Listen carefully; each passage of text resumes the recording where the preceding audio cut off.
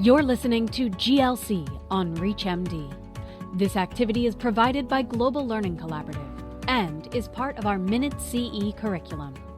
Prior to beginning the activity, please be sure to review the faculty and commercial support disclosure statements, as well as the learning objectives. Hello, I'm Dr. Matt Malachowski. Here with me today is Dr. Randy Englert. Today we're focusing on secondary prevention and the systems that help reduce recurrent risk of major adverse cardiovascular events, or MACEs. In many ways, it takes a coordinated team effort, almost like turning a double play. Randy, to start us off, what do we know about recurrent MACE risks in survivors of MIs? Well, the highest risk period for recurrent ischemic events after an MI is in the first 90 days after a discharge from that first event, with risk remaining substantially elevated throughout the first year and persisting, even though not as high, for years thereafter. And so this is not just a survive the hospitalization sort of problem. There's risk that's ongoing. And so the risk is there's ongoing systemic inflammation, there's persistent plaque vulnerability throughout the coronary tree, there's residual lipid burden, and there's also an increased thrombotic propensity. And so this pathophysiology is distinctly different from patients that have stable coronary artery disease who never had a prior event. And so in order to demonstrate the importance of secondary prevention in this population, I'd like to start with the numbers. And so in that first year after having an ACS event, the risk of having another, meaning an MI, ischemic stroke, or cardiovascular death, is 18%. Half of those events are going to happen in the first 90 days. And so for patients that get through the first year event-free, the risk that they have a recurrence is about 5 to 7% per year. And that's pretty consistent across different countries and different cohorts. And so in the late 1990s compared to the late 2010s, there has been an improvement in post-MI outcomes in terms of recurrent MIs. However, it's mild. And so these persistent event rates demonstrate that despite major advances in lipid therapy as well as catheter therapies, the residual risk persists and it demands ongoing attention. And so additionally, we have comorbidities that are going to amplify this risk substantially. And so heart failure, kidney disease, and diabetes are the strongest independent predictors of recurrent MACE, with each additional comorbidity incrementally increasing event rates. And so it's important for our patients with ASCVD for shared decision-making to improve their outcomes. When patients with ASCVD are actively involved in their care, they're more likely to adhere to their medications, including statin therapy.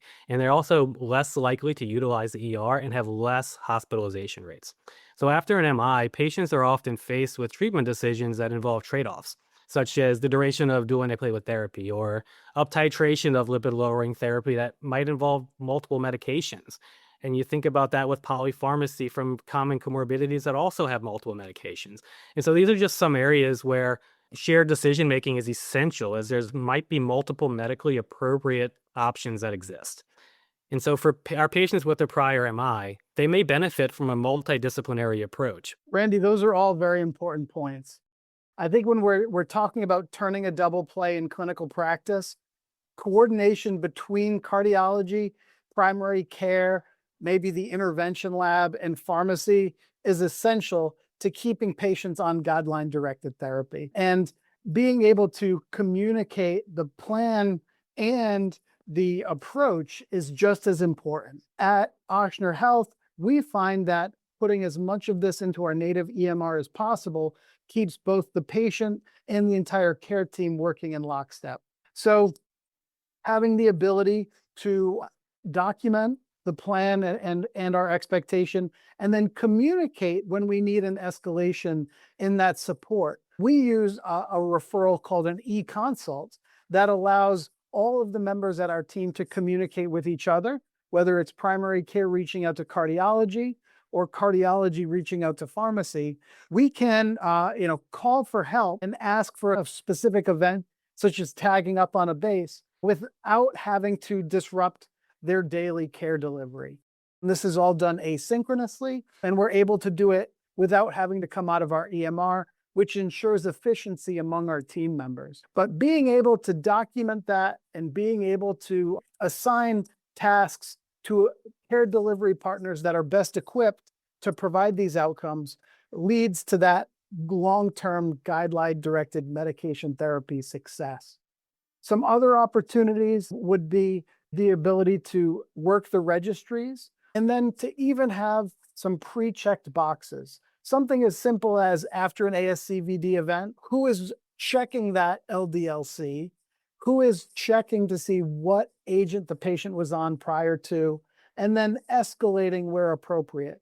After an event, secondary prevention is important, and the patient is declaring that they likely need an escalation in therapy if they were adherent to the previous regimen. So pulling all of this together to make sure that we're able to continue to execute on these double plays are going to ensure that what may have been a hiccup before doesn't need to happen again. I would just like to highlight the importance of involving pharmacy in the management of our patients with ASCVD. Our pharmacists can be involved in so many ways. They can be involved not only with direct medication management, but they can help assist with the completion of prior authorizations. They can ensure that we're appropriately utilizing our specialty pharmacies. They can help participate in digital health programs such as our digital lipid program, digital hypertension program, digital diabetes programs to help with the longitudinal control of these cardiovascular risk factors. One other area where I think they play a key role is in that bridge between the inpatient setting and the outpatient setting. That's where pharmacists can get involved and make sure that patients are actually receiving the medications that are being prescribed at the time of discharge, making sure those patients are receiving those medications, tolerating those medications, and on them even before that patient shows up for their primary care or cardiology follow-up visit. So there's so many ways we should have our pharmacy team involved, and this collaboration between the different specialties is only going to benefit the patient. Thank you, Randy, for that great discussion and those kind words. Know your medicine, know your pharmacist. And we thank you and the audience for listening. We're heading back to the dugout, but we'll see you on our next inning. You've been listening to GLC on ReachMD. This activity is provided by Global Learning Collaborative and is part of our MinuteCE curriculum. To receive your free CE credit or to download this activity, go to reachmd.com/CME. Thank you for listening.